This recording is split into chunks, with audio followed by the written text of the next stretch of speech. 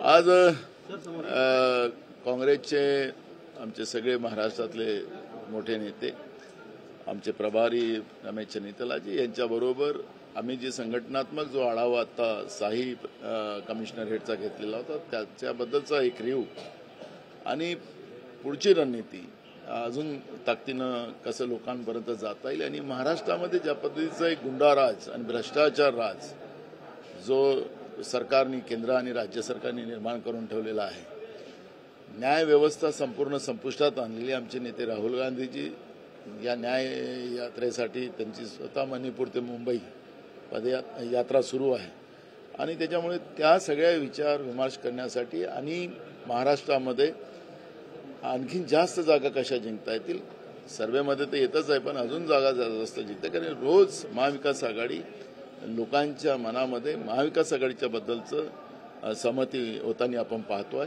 त्यामुळे अजून जास्त जागा निवडून कसे आणता येईल आणि भाजप महाराष्ट्रातून या गुंडाइझमला आणि भ्रष्टाचाराला जी ताकद देते ती महाराष्ट्रातून ही कीड कशी संपवता येईल याच्यावर आजच्या बैठकीमध्ये चर्चा होणार।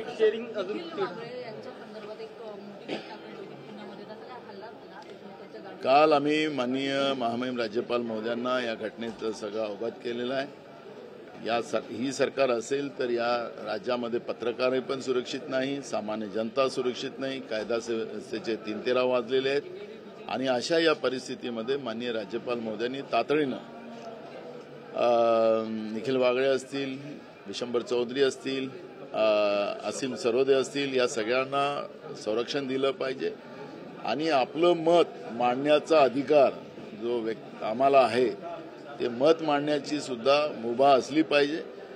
या पद्धतीचं तानाशा आणि हुकुमशाह प्रवृत्ती महाराष्ट्रात अजिबात चालणार नाही आणि तर या सरकारला तातडीनं माननीय राष्ट्रपती महोदयांकडे याची शिफारस केली पाहिजे आणि तर राष्ट्रपती राजवट लागू केली पाहिजे अशी भूमिका काल आम्ही माननीय राज्यपाल महोदयांकडे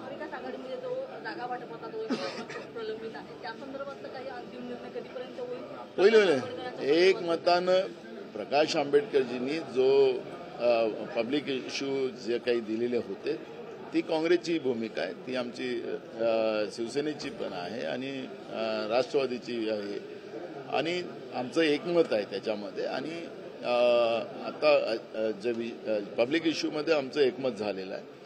आणि दुसरा महत्त्वाचा प्रश्न की जागा वाटपाचा आता शिवजयंतीच्या पहिल्यानंतर आम्ही बसू, कारण की आता 15 तारखेला लास्ट डेट आहे राज्यसभेच्या फॉर्म भरायची, ते सगळं झाल्यानंतर शिवजयंती आहे, त्याच्या पहिल्यानंतर आम्ही बसू आणि जवळपास हा विषय जागा वाटपाचा एकमताने निर्णय होईल। दिल्लीमध्ये पुण्याच्या शेतकऱ्यांचा विषय जो आहे तो आक्रमक झालेला आहे, पुन्हा एकदा दिल्लीच्या सीमेवरती खेळ ठोकण्यात आलेले आहेत की शेतकऱ्यांनी म्हणजे मला हे कळत नाही की या देशामध्ये लोकशाही आहे की हुकुमशाही आहे की तानाशाह। म्हणजे शेतकरी आपल्या हक्काची मागणी घेऊन संसदेवर येत असतील तो त्यांचा अधिकार आहे, पण ज्या पद्धतीनं मी काल पाहत होतो की खिळे गाडले जातात आहेत, लोकांना सीमेच्या पार येता येणार नाही, हे तर खऱ्या अर्थानं एक जुलमी व्यवस्था या देशामध्ये निर्माण झालेली आहे। हम सो करो सो कायदा, आम्ही केलेलं पाप हे खरं आहे, अशा पद्धतीचे वातावरण निर्माण करून या देशाच्या अन्नदात्याचा अपमान तर तसंही प्रधानमंत्र्यांनी लोकसभेत केलेला आहे की यांना आंदोलनजीवी म्हटलेलं आहे, त्यांना आतंकवादी म्हटलेलं आहे, त्यांना खालिस्तानी म्हटलेलं आहे। नरेंद्र मोदींनी हे स्टेटमेंट लोकसभेमध्ये केलेलं आहे। मग अशा या परिस्थितीमध्ये आता खिळे गाळून एक जुलमी व्यवस्थेची सुरुवात या देशामध्ये झालेली आहे, या पद्धतीचं वातावरण निर्माण करून लोकशाहीचा गळा कापण्याचं पाप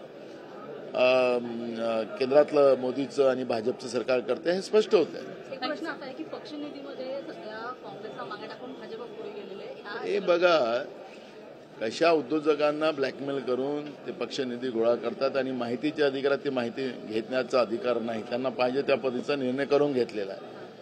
आम्ही जनतेकडून 138 रुपये प्रमाणे आम्ही पैसे घेतोय।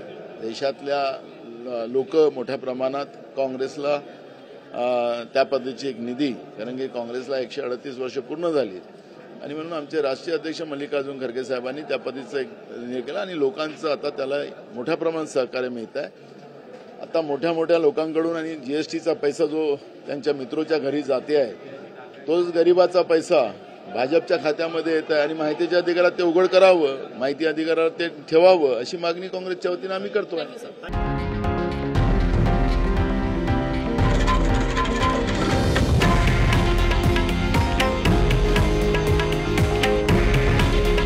हे आहे देशातील नंबर 1 न्यूज नेटवर्क आणि आपण पाहत आहात TV9 मराठी.